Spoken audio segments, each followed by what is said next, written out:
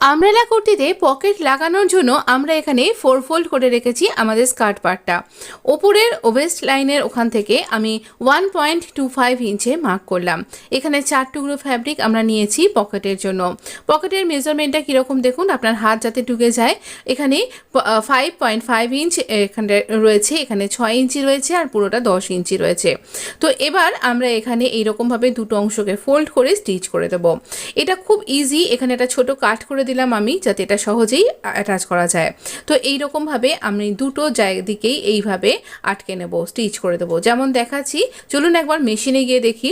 তো আমরা যেখান থেকে কাট করেছি ঠিক তার পরের অংশ থেকে আমরা এখানে ছোট্ট করে ফোল্ড করে দেবো। এই যে ফোল্ড করছি এটা স্কার্ট পার্টের ফোল্ডিং অংশ, সেখান থেকে এক সুতো ভেতর দিকে আমরা এই পকেটের ফোল্ডিংটাকে রাখছি, রেখে স্টিচ করছি। যারা বিগিনার্স তারা কিন্তু সহজেই এটা তৈরি করতে পারবেন, সেই জন্যই এইভাবে তৈরি করা। তো এইরকমভাবে আমরা অন্য সাইডটাতেও স্টিচ করব। দেখুন এক সুতো ভেতর দিকে রেখে স্টিচ করব। তো এটা স্টিচ করে নেবার পরে আমি এই পকেটের 3টে দিককে স্টিচ করে নিয়েছি। এতে করে এটা খুব সুন্দরভাবে সেলাই হয়ে যাবে আর ইজিলি এর ভেতরে আমরা জিনিস রাখতে পারবো, উইন্টারে আমাদের হাতটা গরম রাখতে পারবো। তো এইরকমভাবে আমরা সমস্ত দিক স্টিচ করলাম। এই পকেটটা একটা কি চেন ঢুকিয়ে আমি দেখিয়ে দিলাম কি সুন্দর হয়েছে। এবার দেখুন কতটা সুন্দর লাগছে।